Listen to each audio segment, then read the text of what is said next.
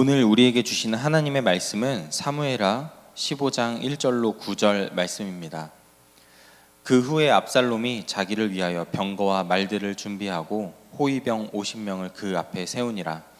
압살롬이 일찍이 일어나 성문 길 곁에 서서 어떤 사람이든지 송사가 있어 왕에게 재판을 청하러 올 때에 그 사람을 불러 이르되 너는 어느 성읍 사람이냐 하니 그 사람의 대답이 종은 이스라엘 아무 지파에 속하였나이다 하면 압살롬이 그에게 이르기를 보라 내 일이 옳고 바르다마는 내 송사를 들을 사람을 왕께서 세우지 아니하셨다 하고 또 압살롬이 이르기를 내가 이 땅에서 재판관이 되고 누구든지 송사나 재판할 일이 있어 내게로 오는 자에게 내가 정의 베풀기를 원하노라 하고 사람이 가까이 와서 그에게 절하려 하면 압살롬이 손을 펴서 그 사람을 붙들고 그에게 입을 맞추니 이스라엘 무리 중에 왕께 재판을 청하러 오는 자들마다 압살롬의 행함이 이와 같아서 이스라엘 사람의 마음을 압살롬이 훔치니라. 4년 만에 압살롬이 왕께 아뢰되 내가 여호와께 서원한 것이 있사오니 청하건대 내가 헤브론에 가서 그 서원을 이루게 하소서. 당신의 종이 아람 그술에 있을 때에 서원하기를 만일 여호와께서 반드시 나를 예루살렘으로 돌아가게 하시면 내가 여호와를 섬기리이다 하였나이다. 왕이 그에게 이르되 평안히 가라 하니 그가 일어나 헤브론으로 가니라. 아멘.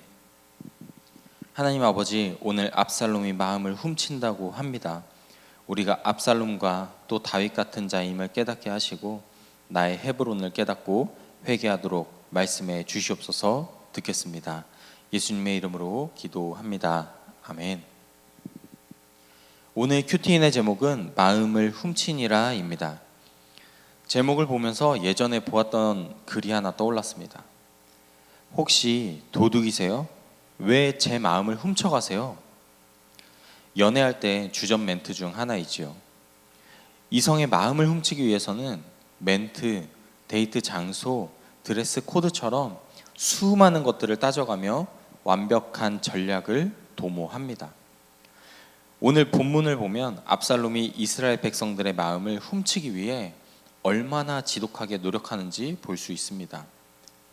무려 4년 동안 넓게 보면 아버지를 피해 도망치고 웅크려 있던 11년의 세월 동안 철저하게 계략을 세워 백성들의 마음을 훔칩니다. 오늘 말씀을 통해 우리 또한 압살롬처럼 마음을 훔치는 자임을 깨닫고 또 회개하는 시간이 되기를 간절히 소망합니다. 이렇게 마음을 훔치는 사람은 첫째로 재판관이 됩니다. 1절입니다. 그 후에 압살롬이 자기를 위하여 병거와 말들을 준비하고 호위병 50명을 그 앞에 세우니라. 지금 압살롬의 모습이 어떻습니까? 바로 앞장인 14장에서는 아버지 다윗의 눈치를 보며 도망가느라 초라하기 짝이 없었습니다. 하지만 15장에 오자마자 아주 위풍당당하게 등장을 합니다. 아버지 다윗도 거느리지 않던 호위병 50명을 거느리면서 왕의 모습을 흉내내고 있습니다. 말씀에서는 분명하게 이 압살롬이 자기를 위하여 라고 말하고 있습니다. 하나님이 아닌 자기 자신을 위하여 살아가니 하나님께서 기르지 말라고 명령하셨던 말을 준비합니다. 외할아버지가 힘있고 잘나가는 그술왕이니 그술왕의 방식대로 번쩍번쩍한 말과 병거를 준비합니다. 압살롬은 왜 이렇게 눈에 보이는 겉모습을 과시하는 걸까요? 압살롬은 이방인의 심지어 외가 혈통이었습니다. 그러니 정통 유다 혈통인 형 암논과 끊임없이 비교가 되었을 것입니다. 그러니 내가 가졌던 상처와 결핍을 말씀으로 묵상하며 또 회개로 가지 못하니까 이 겉모습으로라도 아버지 다윗을 넘어서기 위해 세상 방식대로 위대해 보이는 왕의 모습을 흉내내는 것입니다. 2절에 보니까 아침 일찍 일어나서 성문 길 곁에 딱 서 있습니다. 그 성문길은 다윗 왕의 가중한 세금이나 또 군사 징발 때문에 불평불만을 품은 억울한 백성들이 전국 각지에서 모여드는 길목이었습니다. 아주 기가 막히게 다윗에게 불만을 가진 세력들을 만나는 곳이었죠. 3절 4절입니다. 압살롬이 그에게 이르기를 보라 네 일이 옳고 바르다마는 내 송사를 들을 사람을 왕께서 세우지 아니하셨다 하고, 또 압살롬이 이르기를 이 땅에서 재판관이 되고 누구든지 송사나 재판할 일이 있어 내게로 오는 자에게 내가 정의 베풀기를 원하노라 하고, 그렇게 아침 일찍부터 일어나 성문을 지키면서 이 다윗 왕에게 재판을 청하러 오는 자들에게 아버지를 은근히 깎아내립니다. 네 말이 무조건 맞다. 참 억울하겠다. 그런데 저 다윗 왕은 늙고 바빠서 네 이야기를 들어줄 재판관 하나 세워놓지 않았어. 이렇게 말하며 자기에 대한 확신을 주고 사람들의 비위를 맞추며 마치 자신이 왕인 양 월권을 행사합니다. 심지어 4절에서는 내가 이 땅에서 재판관이 되어 정의를 베풀 것이다 라고 이야기합니다. 공의와 정의는 다윗 왕조차도 온전히 베풀 수 없는 오직 하나님의 고유한 성품이자 주권입니다. 자기를 위하여 살아가니 이제는 왕인 아버지를 넘어서 감히 하나님의 영역까지 침범하며 자신이 재판관이 되겠다고 나서는 이 무서운 교만의 실체를 보게 되는 것입니다. 이 압살롬의 비극이 어떻게 생겨났을까요? 결국엔 다윗의 죄로 인한 것입니다. 다윗이 밧세바 사건 이후 그 죄의 영향력으로 무너져가는 이 자녀들을 보면서 하나님 앞에 철저히 깨어 구속사로 직면하지 못하니 이 죄의 상처와 가치관이 아들에게 고스란히 대물림되는 것입니다. 그것이 결국 이 압살롬의 외적인 과시와 반역이라는 최악의 죄의 결론으로 드러나게 되었습니다. 우리도 압살롬 같은 이러한 모습이 있지 않습니까? 목장에서 또는 공동체 안에서 누군가의 마음을 훔치기 위해 내 모습을 과시합니다.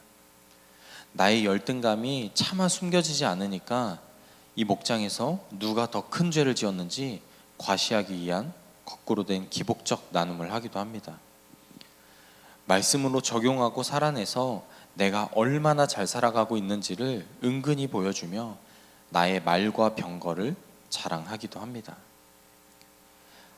우리 목자님은 다 좋은데 이건 좀 별로야 하면서 상처받고 재판을 청하러 오는 지체들에게 리더의 흉을 보고 인본적인 공감과 처방을 하며 내가 목자 대신 재판을 하고 은근히 내 사람들로 만들려고 합니다.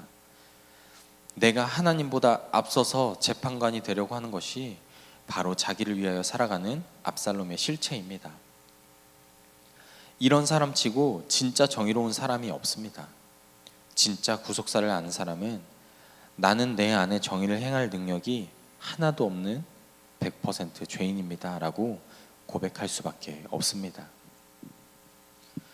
저는 이전 사역지에서 청소년 학생들을 맡을 때가 있었습니다.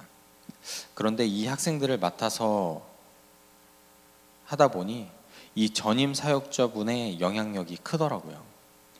이 전임 사역자분이 아이들을 위해 돈도 많이 쓰시고 또 이곳저곳 많이 놀러 다니셨어요. 사실 저는 그런 여유가 되지 않고 또 그렇게 할 수 없으니 당연히 아이들이 그만큼 교회 오는 것을 즐거워하지 않게 되더라고요. 이것이 저의 열등감이 되었습니다. 그 사역자와 저의 비교가 되었습니다. 그러다 보니 제 또래 청년들과 어울리며 이미 떠나간 그 사역자분을 험담하고 다녔습니다. 그분 참 인본적이다. 돈으로 사역한다 하면서 아이들의 문제가 아이들이 모이지 않고 예배 오지 않는 이유가 내가 아니라 그분 때문이다 라며 그 청년들을 저의 편으로 만들고 제가 재판관이 되었습니다. 이제 와서 우리들 교회에서 저의 죄를 깨닫고 가니 사역보다 당시에 가정을 위해 돈의 우상을 세우고 투잡을 하고 저의 사명의 자리를 지키지 않았던 저의 100% 죄임이 깨달아져 정말 회개할 것밖에 없는 인생임이 인정이 됩니다. 이렇게 깨달은 만큼 나중에 그 전임 사역자분을 만나게 되면 꼭 사과드리고 싶은 마음이 듭니다. 적용 질문입니다. 내 상처와 열등감으로 회개가 되시나요? 과시로 덮으시나요? 나의 죄 고백이 내 말과 병거가 되어 자랑하고 있지는 않습니까? 내 편으로 만들기 위해 누군가를 흉보거나 인본적인 처방을 내리지는 않나요? 나는 재판관입니까? 죄인입니까? 마음을 훔치는 사람은 두 번째로 거짓된 입맞춤이 있습니다. 5절 6절입니다. 사람이 가까이 와서 그에게 절하려 하면 압살롬이 손을 펴서 그 사람을 붙들고 그에게 입을 맞추니 이스라엘 무리 중에 왕께 재판을 청하러 오는 자들마다 압살롬의 행함이 이와 같아서 이스라엘 사람의 마음을 압살롬이 훔치니라. 압살롬은 백성들이 가까이 와서 절하려고 하면 얼른 손을 펴서 그 사람을 붙들어 일으키고 자신의 고개를 숙이며 입을 맞춰줍니다. 잘생기기로 소문난 왕자가 직접 다가와서 이렇게 손을 잡아주고 안아주고 입을 맞춰주니 백성들이 너무나도 감격했겠죠. 우리도 담임 목사님께서 안수 한번 해주시고 기도 한번 해주시면 너무 감격되는 게 있잖아요. 저도 교회 행사들을 진행하다 보면 우리 담임 목사님께서 등단하시고 또 하단하실 때마다 손을 잡아드릴 때가 많은데 너무 감격될 때가 있더라고요. 그런데 압살롬은 백성들이 이렇게 마음이 동할 것을 알았습니다. 그렇게 이 위장된 겸손을 무려 4년 동안이나 해오는 것입니다. 국회의원들이 민심을 얻기 위해서 시장바닥 많이도 돌아다닙니다. 하지만 4년이나 돌아다닌 사람이 있나요? 당선되고서도 그 자리에 찾아오는 사람이 있을까요? 없습니다. 압살롬은 잘난 왕자로서 권세 있는 자임에도 불구하고 이 4년의 시간을 이렇게 백성들의 마음을 훔치는데 쏟습니다. 이 시간이 어떻게 가능했을까요? 복수와 야망을 품은 인간의 집념이 이처럼 무서운 것입니다. 철저하게 계산된 이 가짜 친절로 4년을 가니까 결국 이스라엘 사람의 마음을 압살롬이 훔치니라 라고 성경에서 기록합니다. 여기서 마음을 훔쳤다는 것은 저절로 마음이 뺏겨간 것이 아니라 철저하게 계산된 쇼를 통해 사람들의 마음을 도적질하고 강탈해 갔다는 뜻입니다. 그런데 우리가 여기서 정말 분별해야 할 것이 있습니다. 내 야망을 숨기고 자기를 위하여 부리는 열심이나 정말 하나님을 위하여 드리는 거룩한 열심이나 겉모습은 100% 똑같다는 사실입니다. 아픈 사람을 보면 똑같이 손을 펴서 그 사람을 붙들어주고 입을 맞추어주고 목장에서 한 영혼을 위해 눈물 흘리며 열심히 적용하는 모습이 겉으로는 하나도 다르지 않다는 것입니다. 그러니 이걸 누가 분별하겠습니까? 다 마음을 빼앗기고 속아 넘어가는 것입니다. 압살롬의 행위는 진짜 영혼을 살리기 위한 사랑이 아니었습니다. 내 세력을 확장하고 내 사람을 만들려고 겉모습을 포장했기에 성경은 그것을 도적했다라고 표현하는 것입니다.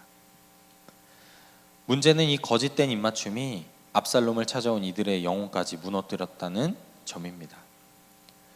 백성들은 마땅히 하나님이 세우신 다윗 왕을 찾아가야 했습니다. 그러나 그 자리에 멈추어 압살롬에게 묻고 압살롬의 이야기를 들으며 그의 처방을 따라가다가 결국 압살롬을 따르는 반역에 동참하게 됩니다. 자신도 모르는 사이에 하나님과 반대 노선에 서게 된 것입니다. 사실 이들도 자신들의 욕심이 있고 바라는 것이 있었을 것입니다. 그렇기에 압살롬의 이야기를 듣고 속았던 것이죠. 결국 가해자도 피해자도 없이 마음이 훔쳐지는 자, 또 마음을 훔치는 자 모두 죄로 휩쓸려 가게 되는 것입니다. 이것이 바로 오늘날 우리가 날마다 목장에서 스스로를 반드시 돌아보아야 하는 이유입니다. 하나님을 위해 한다고 열심을 내며 밥을 하고 또 수고하고 애통해하며 적용하지만 과연 그것이 주님의 십자가 사랑으로 한 영혼을 위해 살리기 위한 행동인지, 아니면 공동체 안에서 사람들의 마음을 빼앗고 내 평판을 얻기 위한 계산된 행동인지를 반드시 분별해야 합니다. 우리 열심의 목적이 내 세력을 확장하고 내 존재감을 드러내고 내 사람을 만드는 마음을 빼앗는 것에 목적이 있다면 그것이 바로 하나님을 대적하고 영혼을 죽이는 반역입니다. 적용 질문입니다. 나의 철저하게 계산된 친절과 입맞춤은 무엇입니까? 나는 마음을 훔칩니까? 빼앗깁니까? 나의 적용과 수고가 분별이 되시나요? 마음을 훔치는 사람은 셋째로 헤브론으로 갑니다. 7절 8절입니다. 4년 만에 압살롬이 왕께 아뢰되 내가 여호와께 서원한 것이 있사오니 청하건대 내가 헤브론에 가서 그 서원을 이루게 하소서. 당신의 종이 아람 그술에 있을 때에 서원하기를 만일 여호와께서 반드시 나를 예루살렘으로 돌아가게 하시면 내가 여호와를 섬기리이다 하였나이다. 아멘. 무려 4년 동안 작전을 펼쳐 민심을 장악하자 압살롬이 드디어 본색을 드러냅니다. 7절에 아버지 다윗에게 가서 뭐라고 속삭입니까? 아버지, 제가 외가 땅 그 그술에 있을 때 만일 여호와께서 반드시 나를 이 예루살렘으로 돌아가게 하시면 내가 여호와를 섬기겠다고 얘기했습니다. 그러니 저를 이 헤브론에 가서 제사를 드리게 해주세요. 이렇게 말하는 것입니다.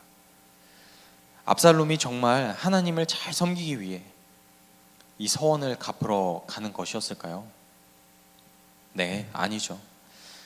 자신의 우상 왕국을 건설하고 반역을 시작하기 위해 가장 신성한 성지인 이 헤브론이라는 거짓 명분으로 하나님의 이름을 파는 것입니다. 이 아버지 다윗 왕의 마음을 훔치기 가장 좋은 핑계이기에 헤브론을 들먹입니다. 여호와를 빙자하여 자기의 정욕과 우상을 채우려는 무서운 계략입니다. 하나님의 이름을 거론하면서 여호와를 잘 섬기겠다고 하니까 자식이라면 영적 분별력을 다 잃은 이 다윗이 압살롬의 속내를 전혀 분별하지 못하고 마음을 빼앗깁니다. 그저 자식이 이제야 마음을 돌이켜 하나님을 잘 믿겠다고 하니 너무 감격돼서 믿고 싶었던 것입니다. 그러니 이 아버지 다윗이 단번에 속아 넘어가서 이렇게 말하는 것입니다. 평안히 가라. 평안히 가라. 자기를 죽이러 가는 반역의 기림에도 영적 분별력이 없으니 축복하며 보내주는 것입니다. 평안히 가라. 마음을 빼앗기니 생명을 빼앗길 위기에 처하게 됩니다. 혹시 자식 일이라면 분별력을 잃고 다 믿고만 싶고 또 알면서도 속으시는 건 없으신가요? 압살롬에게 헤브론은 여호와를 섬기는 성지가 아닙니다. 하나님의 이름을 망령되이 일컬으면서 자신의 우상 왕국을 건설하기 위해 찾아간 거짓 명분의 자리, 반역의 자리일 뿐입니다. 부모가 분별 없이 모두 받아주기만 한다면 그것은 자녀를 예수 믿게 하는 것이 아닌 자기 욕심을 채우기 위해 머리를 굴리는 저 자녀들의 각자의 헤브론을 만들어주는 것 외에 아무런 의미가 없습니다. 그 가짜 명분에 우리는 평생 속고 속이며 살아갑니다. 속고 속이는 것에는 피해자가 없습니다. 모두가 죄의 가해자이고 모두에게 구원이 되지 못하는 것입니다. 우리에게도 각자 가짜 헤브론이 있습니다. 하나님, 이번 한 번만 내 문제를 해결해 주시면 내가 목장도 잘 나가고 큐티도 열심히 하겠습니다 하고 하나님의 마음을 훔치고자 합니다. 이런 조건부 신앙이 바로 하나님을 팔아서 내 욕심을 채우려는 가짜 헤브론의 제사인 것입니다. 그 중심에 진짜 죄에 대한 직면과 회개가 없다면 우리는 평생 내 욕심을 위해 하나님과 거래하는 압살롬의 반역을 행하게 되는 것입니다. 그렇게 나도 죽고 남도 죽이는 인생을 살아갑니다. 하나님을 팔아서 내 정욕을 이루려는 가짜 헤브론의 제사를 당장 멈추어야 합니다. 마음을 훔칠 것이 아니라 나의 마음을 하나님께 온전히 내어 드려야 합니다. 그리고 날마다 말씀을 붙잡고 회개함으로 나아가야 합니다. 그 회개가 없다면 우리는 아무 뜻도 모르고 압살롬의 그 반역의 헤브론 자리에 갈 수밖에 없는 것입니다. 적용 질문입니다. 하나님을 빙자하는 나의 헤브론은 무엇입니까? 이번 한 번만 외치며 하나님과 타협하는 것이 있습니까? 나는 마음을 빼앗습니까? 빼앗깁니까? 저는 학창시절 외박이 참 어려웠습니다. 항상 잠은 집에서 자야 한다가 부모님의 양육 방식이었습니다. 그런데 저의 헤브론이 바로 이 교회 친구들과의 모임이었습니다. 토요일 찬양 집회를 간다면서 이 찬양 집회가 늦게 끝나니까 교회 친구들과 함께 자고 다음날 주일 교회 예배 같이 갈게요. 이것이 저의 헤브론이었던 것이죠. 예배 드리러 간다는데, 찬양 집회 가겠다는데, 기도하라고 하겠다는데 어느 부모가 말리겠습니까? 저는 저희 부모님의 마음을 그렇게 훔치고서는 친구들과 밤새 PC방에서 게임을 하고 또 일탈을 즐겼습니다. 당연히 주일날 와서 예배를 잘 드렸을까요? 네, 푹 잤겠죠. 우리 성도님들은 어떠신가요? 헤브론에 속고 계십니까? 아니면 속이고 계십니까? 오늘 마음을 빼앗는 것도 빼앗기는 것도 결국 하나님께 내 마음을 드리지 못하는 죄였던 것을 보게 됩니다. 내가 재판관이 되어 하나님보다 앞서고 또 거짓된 입맞춤과 헤브론에 나도 속고 또 남도 속이고 계시지는 않으신가요? 오늘 거룩한 주일날 들려오는 말씀 앞에서 나의 압살롬 같은 모습을 회개함으로 나의 마음을 내어드리는 귀한 구원의 시간 되기를 간절히 소망합니다. 기도하겠습니다. 하나님, 오늘 뺏고 빼앗기는 마음들을 보면서 저 또한 늘 교묘하게 또 철저하게 속고 속이는 죄인임을 보게 해주심에 감사합니다. 우리가 죄인임이 깨달아질 때 이것이 우리의 수치와 열등감이 되지 않고 회개의 자리로 나아갈 수 있도록 주님 도와주시옵소서. 압살롬과 다윗을 보며 나도 속고 남도 속아 하나님으로부터 멀어지지 않도록, 죄로 가지 않도록 항상 말씀과 성령으로 깨어 분별할 지혜를 허락하여 주시옵소서. 하나님, 우리 사랑하는 우리들 공동체를 허락해 주셨사오니 서로 마음을 빼앗는 것이 아닌 한 마음이 되어 사랑함으로의 진정한 구원을 나눌 수 있도록 도와주시옵시고, 오늘 새로이 맡겨주시는 영혼들의 그 마음을 빼앗는 것이 아닌 하나님의 마음을 나눌 수 있는 우리 공동체 될 수 있도록 도와주시옵소서. 우리 경상도 TT가 시작되었습니다. 모든 팀들 가운데 남은 준비 기간과 모든 사역 일정 가운데 기름 부어주시고, 우리를 위해 회개로 앞서가시는 우리 담임 목사님의 영육간의 강건함을 허락하시고, 모든 문서 방송 또 외부 사역과 모든 말씀과 가시는 발걸음 위에 성령의 기름을 부어주셔서 한 사람이 살아나고 돌이키는 놀라운 역사가 풍성히 일어나도록 역사하여 주시옵소서. 하나님, 나라를 위하여서 기도합니다. 너무나도 혼란스럽습니다. 주님, 우리가 치우치지 않고 오직 복음과 구원을 부르짖으며 나라를 위해 애통하며 기도하는 자들 되도록 도와주시옵소서. 우리가 먼저 회개하는 자들 되도록 붙잡아 주시옵소서. 마음을 빼앗는 자들이 아닌 하나님을 사랑하고 두려워하는 그 한 사람을 세워주셔서 생명을 귀하게 여기는 하나님의 나라가 이 땅 가운데 임하도록 도와주시옵소서. 예수님의 이름으로 기도합니다. 아멘.